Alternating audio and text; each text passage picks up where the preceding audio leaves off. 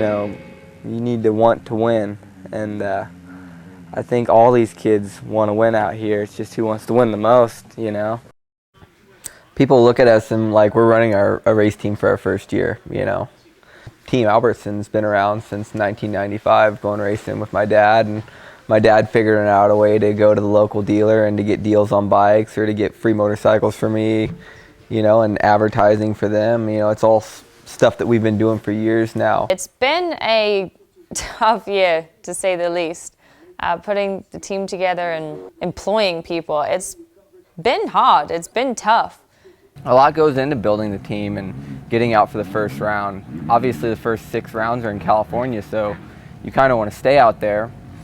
Being a first-year team, it's going to eat into the budget a lot if we fly back and forth to Texas or Oklahoma every week. We're just better off staying out in California. So then you have to find a house that's going to house 12 people. It's just a lot to think about and a lot to plan on top of building a team in 60 days.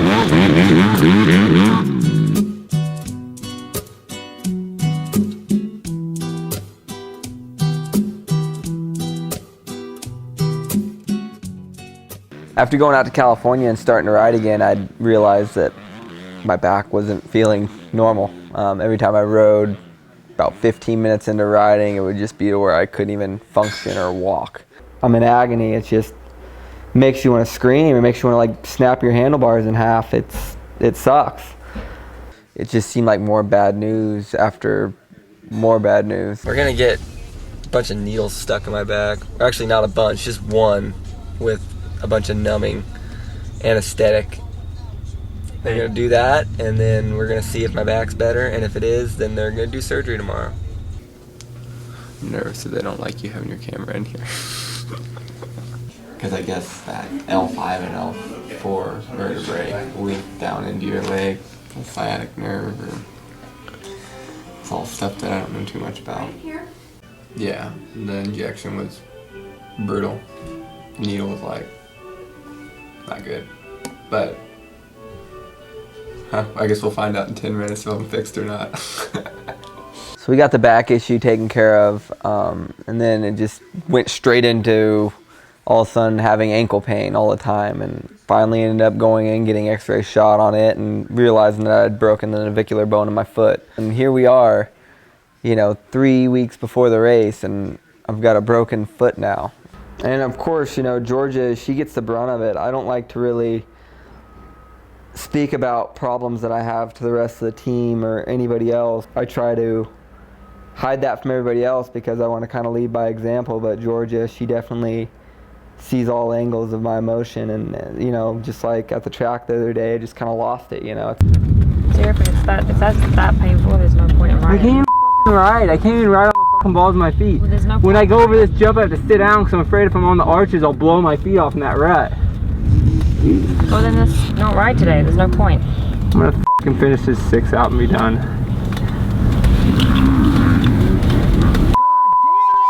So rushing back home to Shawnee was something that we needed to do, and you know, just trying to keep my foot as comfortable as possible. We are 6 hours away from beautiful Oklahoma. Still got to keep our recovery going though, so foot stuck in an ice full of cooler. A cooler full of ice, actually. An ice full of cooler. We're losing our minds out here on the road. I got to keep Georgia's Red Bulls cold with my foot as well. It feels great to get back home because you can kind of get back into your normal routine and schedule. It doesn't seem like you're just flying by the seam of your pants like you are out in California. You just get into more of a routine. I get to go ride 5 minutes down the street at, you know, Trey's place, which is always awesome. You know, having compound down there if we need to do any testing at the shop. Also, just being able to go to my local gym, my normal pool, have home-cooked meals is huge. You know, like, not having to eat out every night is big. Sleep in my own bed. There's just so many big advantages. That's why the guys fly in and out every weekend from their house. The one thing about this year that sucks the most is that he's mentally and physically ready. It's been such a tough year, and yet he has worked more than I've ever seen him in my life. 5:30, 6 o'clock, he's in the gym. Before I've even woken up, he's done 2 hours of exercise. We got the whole family here now. We've got Jimmy and myself, but also Josh Osby is living with us right now, and Dale Nelson, our camera guy from 40SP, he's living with us too. And so we really are a family. We eat together, we hang out together, and we work together. So it's good fun. Yeah, I'm already knew I was behind the 8 ball going into this season, and then having the back issue was like, all right, I'm even further behind. And then having my foot, the fracture in my foot, it's just like, man, am I ever even going to be able to ride before Atlanta? Monday before the first round in Atlanta, just out here, Shawnee, Oklahoma at home, doing some laps out here at Trey Kennard's place.